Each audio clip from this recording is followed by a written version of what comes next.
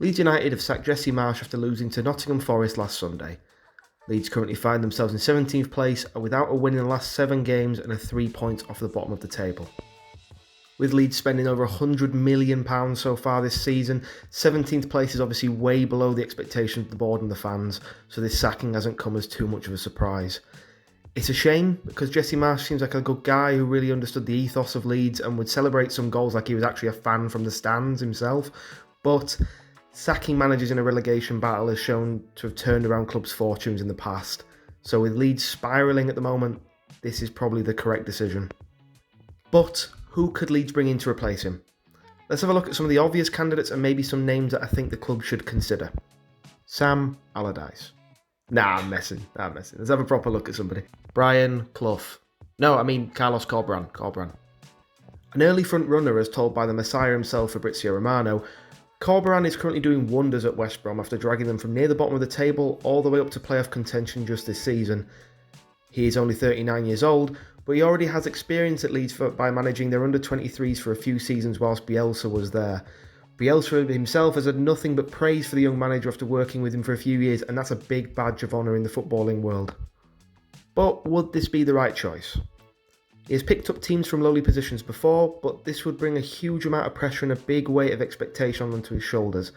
The biggest job Corberán has had so far was at Olympiacos, and that ended up being too much for him after 7 weeks as he was sacked because they were performing below expectations. His tactical style seems to be inspired by Bielsa's, which comes as zero surprise. You know, the whole high pressing, high defensive lines and high amount of attacking risks. These are pretty common in Corberán teams. But is that what you need when you're already shipping nearly 2 goals a game on average at Leeds are doing this season? Could be an incredibly risky move. Marcelo Bielsa.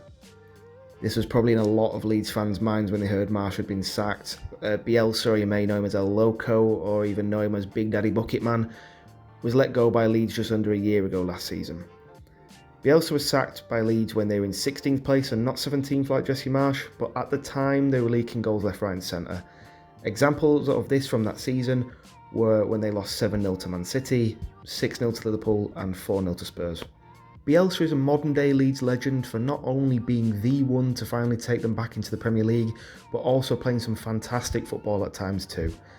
I know there are plenty of Leeds fans on Twitter that are still upset that he was even sacked in the first place and believe he could have kept them up just like Marsch did, but would Bielsa take this role back on?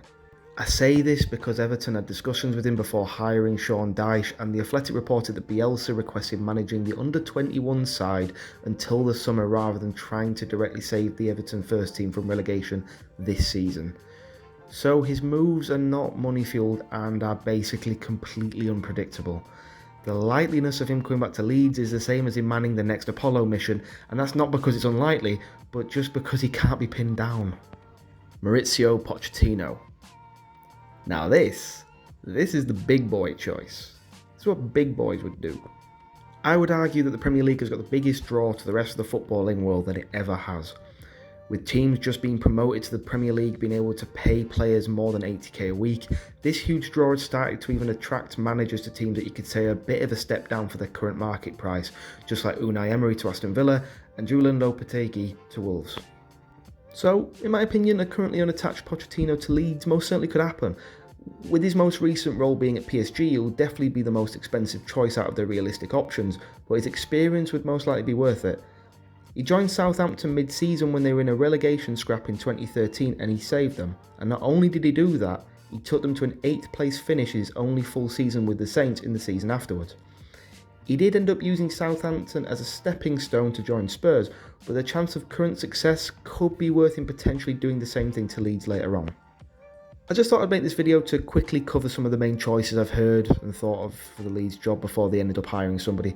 Some of the options that they could be looking at is the unattached Rafa Benitez, Marcelo Gallardo, who was managing River Plate and had great success there, has been linked with every single Premier League job when it's been going for like over a year now. Even Ralph Hasenhüttl could be linked with them. But who do you think Leeds will bring in? Is there an obvious choice I've not covered? Please let me know, and thank you for listening.